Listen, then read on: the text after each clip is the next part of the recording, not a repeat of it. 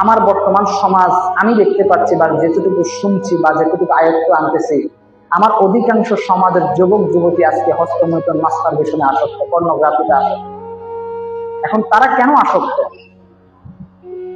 তাদেরকে এই কাজে এনেছে কারা?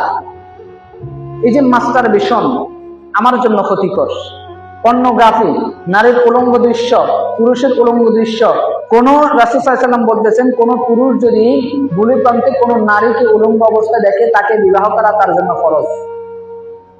এখন যেই সমস্ত যুবক মাস্টারবেশনে আসক্ত, পর্নোগ্রাফিতে আসক্ত, কোন যুবক কয়টা নারীকে বিবাহ করতে পারবে? কয়টা নারীকে বিবাহ করতে পারবে? সম্ভবই না। যাদের ভিডিও সে দেখতেছে উলঙ্গ, তারা কোন রাষ্ট্রে থাকে সেও জানে না, তারা কোথায় থাকে তাও জানে না, দেখতেছে মোবাইলে। আজকের বর্তমান প্রেক্ষাপটটা এমন। আপনার ছেলে আছে, আপনার ছেলে কি করতেছে আপনি জানেন না।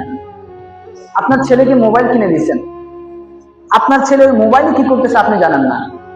আপনি জানবেন কিভাবে? আজকের সমাজ যে বাল্য বিবাহ বলা হয়, যেটাকে বন্ধ করার জন্য গোটা বিশ্ব লেগে আছে, আসলে কি আদৌ ঠিক করতেছে? আপনি চিন্তা করে দেখেন, একটা যুবক পরিপূর্ণ পারফেক্ট হয় কমপক্ষে 15, 16 বা 17 বছর বয়সে, একটা নারীও পারফেক্ট হয়, তখন তারা তাদের যৌন চাহিদা আছে। আমাদের ক্ষুধা, যেটা ক্ষুধাটা দুই প্রকার, পেটের ক্ষুধা, যৌন ক্ষুধা। পেটের ক্ষুধা তো ভাই সকল ক্ষেত্রে প্রসেস করা যায়, নিবারণ করা যায়, খাওয়ার আছে, অহরহ আছে, কিন্তু যৌন ক্ষুধার ক্ষেত্রে আপনি কি করবেন? কথাগুলো বোঝার চেষ্টা করুন। প্রতিটি পুরুষ, প্রতিটি নারীর যৌন ক্ষুধা আছে, স্বাভাবিক। একটা পুরুষ যদি 30 বছর 35 বছর বিবাহ করে, সে কিভাবে তাকে কন্ট্রোল করলো? বর্তমান প্রেক্ষাপটে সে কিভাবে তাকে কন্ট্রোল করলো? কোন ক্ষেত্রে সম্ভব? কিন্তু আপনি আমি কি করতেছি? আমার সমাজের প্রতিটি যুবককে আমি বিবাহ করতে দেই না কেন? তাদের ইনকাম নাই, নিজের পায়ে নিজে দাঁড়ায় না।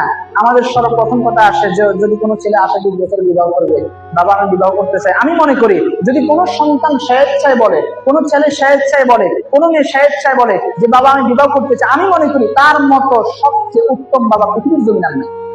সে তার সন্তানকে শিক্ষা দিতে পেরেছে, কোনো গুনাহের কাজে আবদ্ধ হওয়া যাবে না। আমার সন্তান পর্নোগ্রাফিতে আসক্ত হওয়ার চাইতে সবচেয়ে উত্তম হচ্ছে আমি তাকে বিবাহ করাবো, প্রয়োজনে নিজের ইনকাম দিয়ে আমি আমার সন্তানকে চালাবো।